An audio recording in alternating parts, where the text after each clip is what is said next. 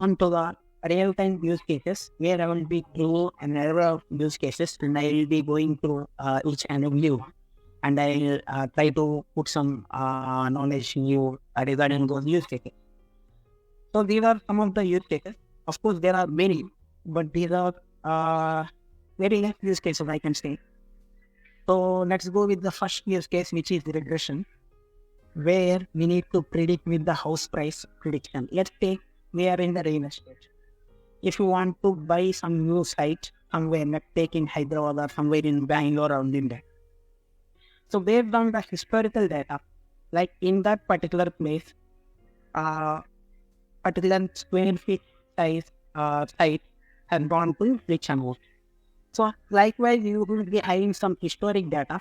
Based on the past historic data, you need to predict what is the estimated value of the particular site. So this is really helpful because majority of the people they will be using this. And as I am working in insurance-based projects, so I can relate more to this credit risk score and loss cost modeling as well. Where or you can go with frequency and severity modeling. So credit risk score. So how much risk we need to handle if we are dealing with credit with a particular client or the customer. So we need to handle it because definitely let's take a fraud detection case. Even one fraud could definitely impact the billing. So we should handle that particular thing as well in a proper way. So if risk score prediction will give you the risk score of a particular customer, and based on that, the business can take a decision whether it want to go with that customer or not in terms of risk billing. And loss cost modeling also the same way. We need to predict the loss cost of that particular scenario, and based on that, the business will take the proper decision whether it can proceed further or not. So how it is going to help?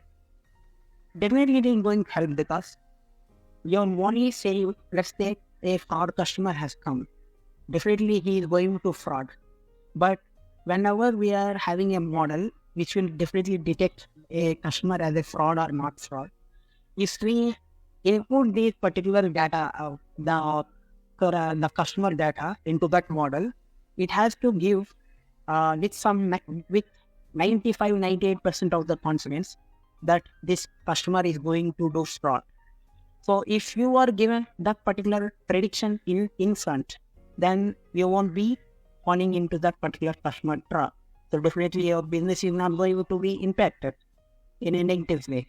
So that's how you can survive by these type of predictions. If you go to the next scenario, which is classification, where we are going with the default fraud detection, cancer detection, breast cancer detection, any type of detection, because this is completely classification which says you'll be on that side or this side, that's it.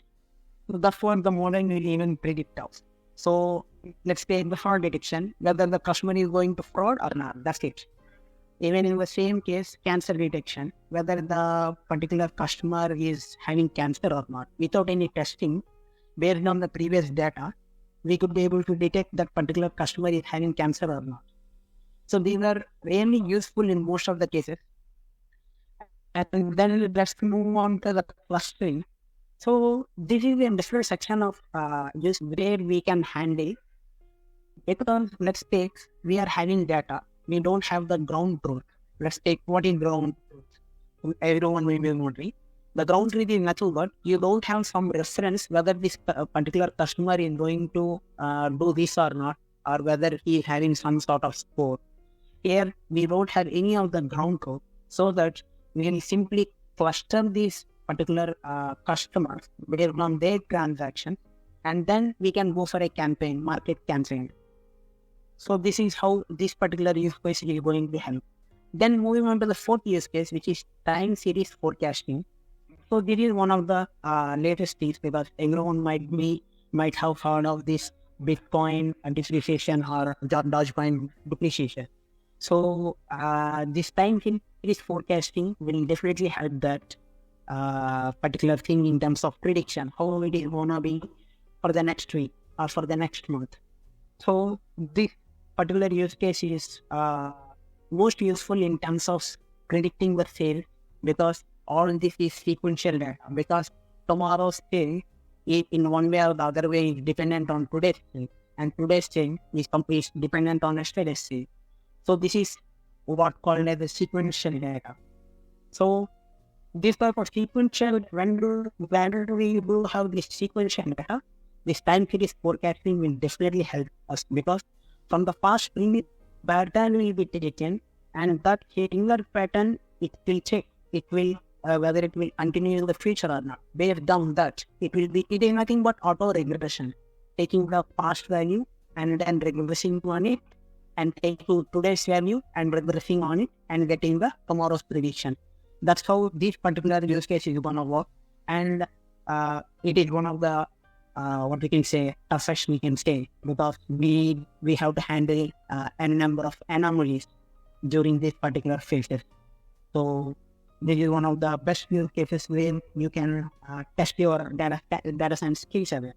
Then moving on to recommendations, everyone might have encountered this particular recommendation, because all of you might have used this Flipkart, Amazon, Netflix, all those kind of things.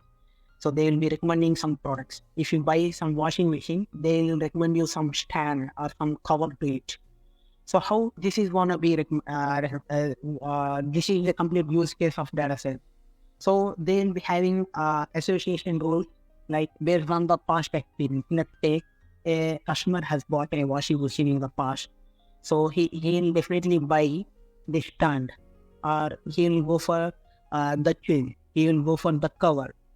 So based on that historic data, whatever the customer, this is completely association rules. Let's take, if you go and buy a book, there are high chances that you might be buying some pen or something related to plant or some sort of things. So this is what the association rules are. Based on those association rules, the recommendations will be pointed at. And let me give you one more information. Netflix recommendation is considered to be one of the best recommendations, and they do have this Netflix challenge as well. So if any one of you are interested, you can definitely participate in that as well. So this is one of the use cases. And then recognition. So this is my favorite use case, where till now you have dealt with some of the structured data, where you will be having the data on your spreadsheet.